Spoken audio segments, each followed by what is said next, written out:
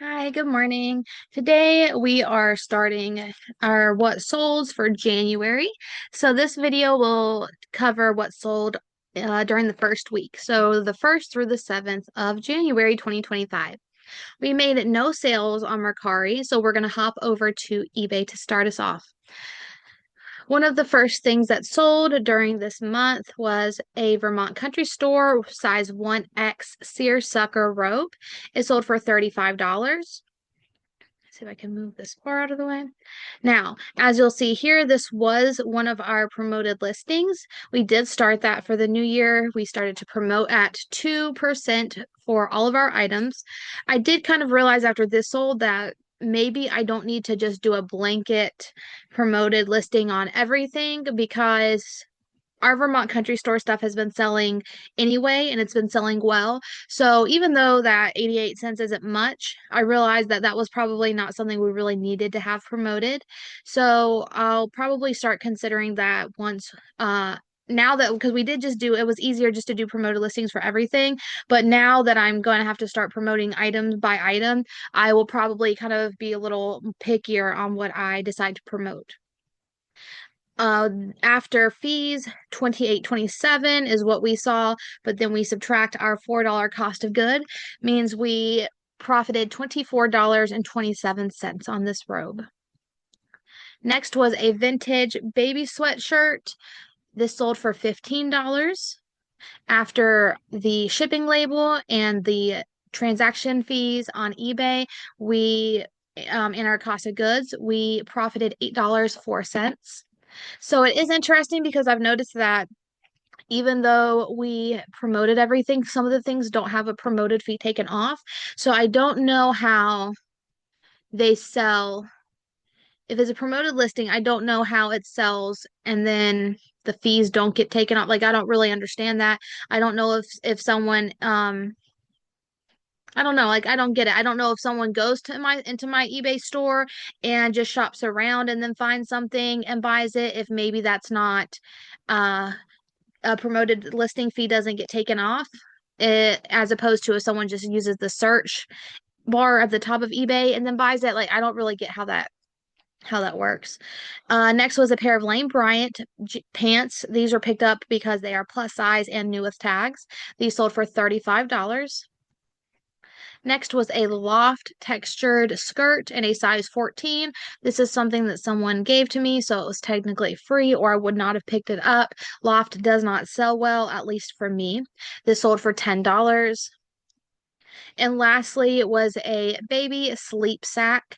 This sold for $10. So pretty low sales. This is something that I noticed right after Christmas was things started to significantly drop. The let's see, the last week of December, we made, now it was a little bit of a longer, like I think it was 10 days, but we made $199 in profit on eBay.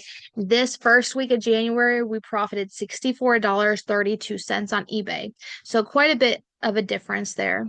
And then lastly, we'll go to Poshmark. We sold the Hungry Caterpillar birthday lot.